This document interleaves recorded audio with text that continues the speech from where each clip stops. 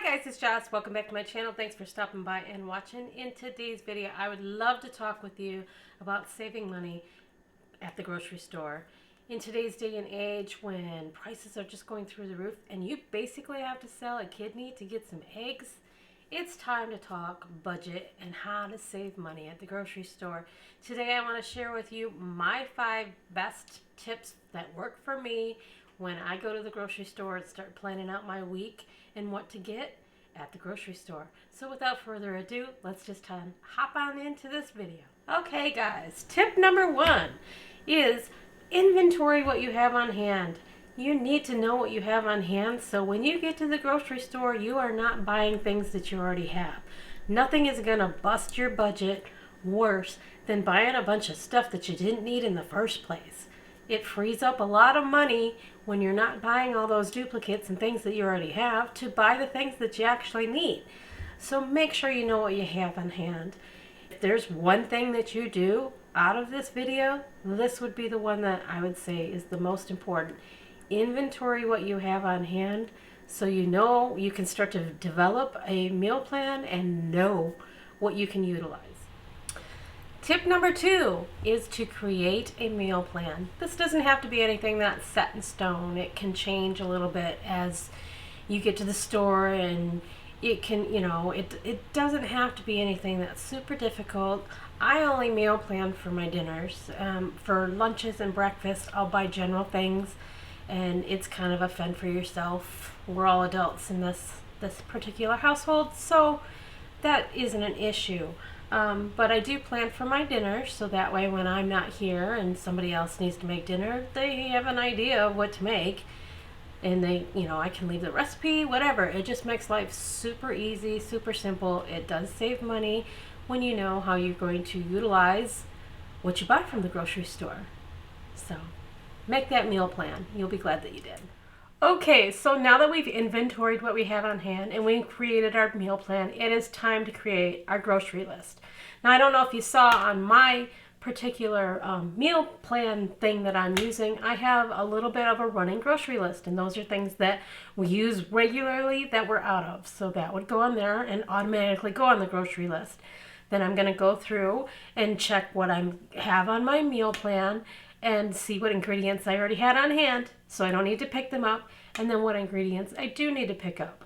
I also always pick up like fresh produce and fruits and vegetables and things like that, so that never really changes a whole lot, but the ingredients that I need for my meal plans will change, and I end up spending way less money when I go in there with a list and know what the game plan is and know that I don't have to be thinking of these things as I'm walking through the grocery store, because that is a budget killer right there.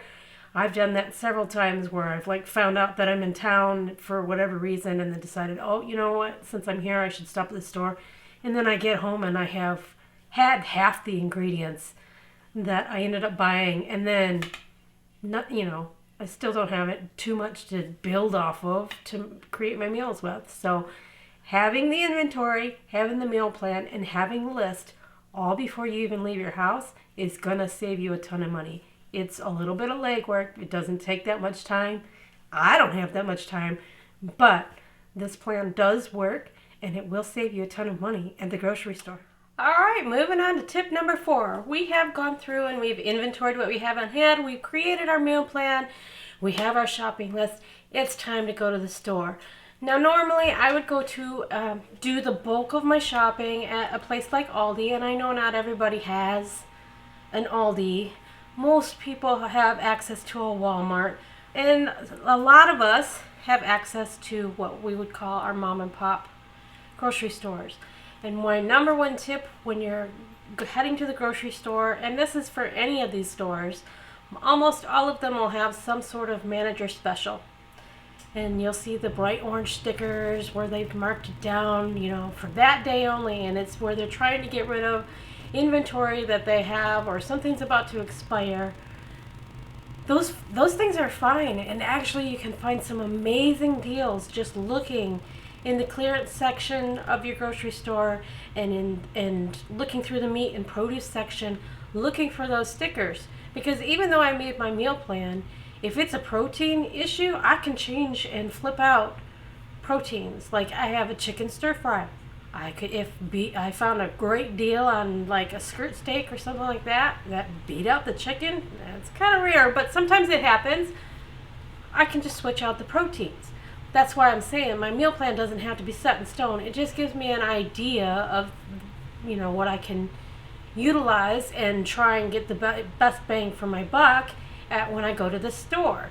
Now, I will say, you have to be mindful. You don't want to be buying something that is not in good condition just because it's 50% off. Like your meats and stuff like that. Even if it has the sell-by date, it's not like it goes bad the next day. Throw it in your freezer, but use it up through the week. Produce, same thing. It has the sell-by date, but 9 times out of 10, that produce is going to be good for another 3 or 4 days before it starts to show signs of going bad.